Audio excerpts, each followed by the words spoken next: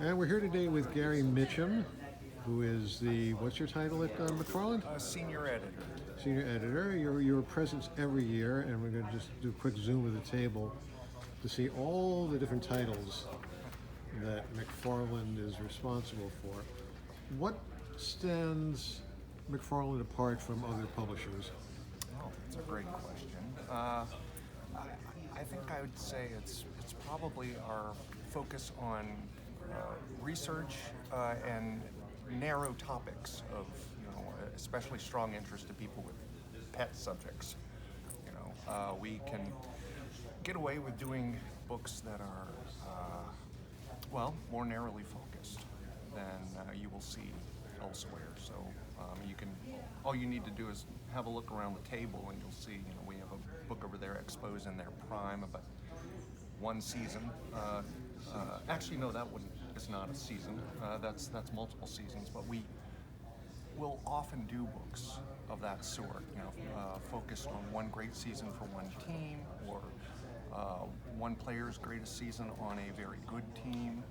We do a lot of biographies, especially biographies that you might not expect to see in trade bookstores.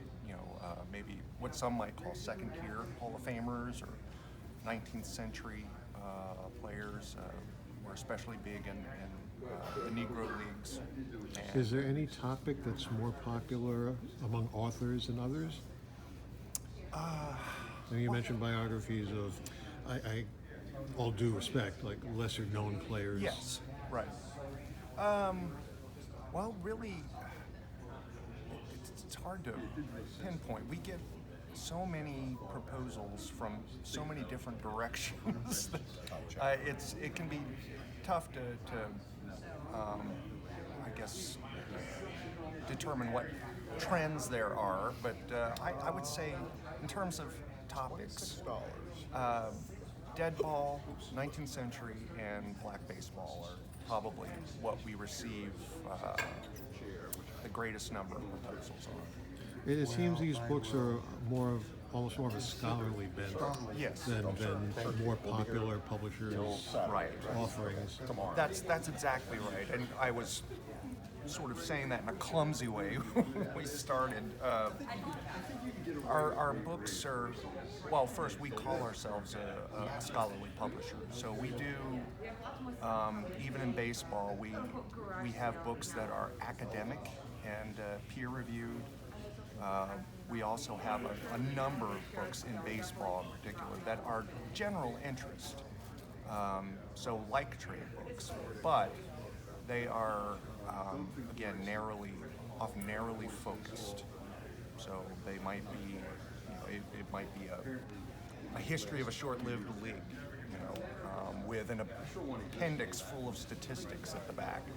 A lot of these books are meant as much to be resources for researchers as they are to be read from beginning to end, a lot of them. Off the top of your head, I know I'm putting you on the spot here, what is the strangest book you think McFarland has published on baseball? Death. Oh, that's the great answer. Yeah, we did a book called by Robert Gorman and David Weeks called Death at the Ballpark. That I remember after we acquired it, our president and founder was just not sure he understood what the appeal was supposed to be, but we knew it was full of fascinating stories. And it's a little macabre, I guess, but that book has done remarkably well, despite the subject matter. Got some attention in the, some of the larger newspapers, and to this day, Bob Gorman still gets called anytime there's an accident at the ballpark, even if it doesn't result in death. If it's just serious injury or someone falling off an escalator, they call up Bob Gorman now. And 2 editions. Yeah, we've done 2 editions. People are always going to be dying, unfortunately. That's right. All right, Gary Mitchell, thank you very much for your time, and enjoy the rest of the convention. Thanks, Ron.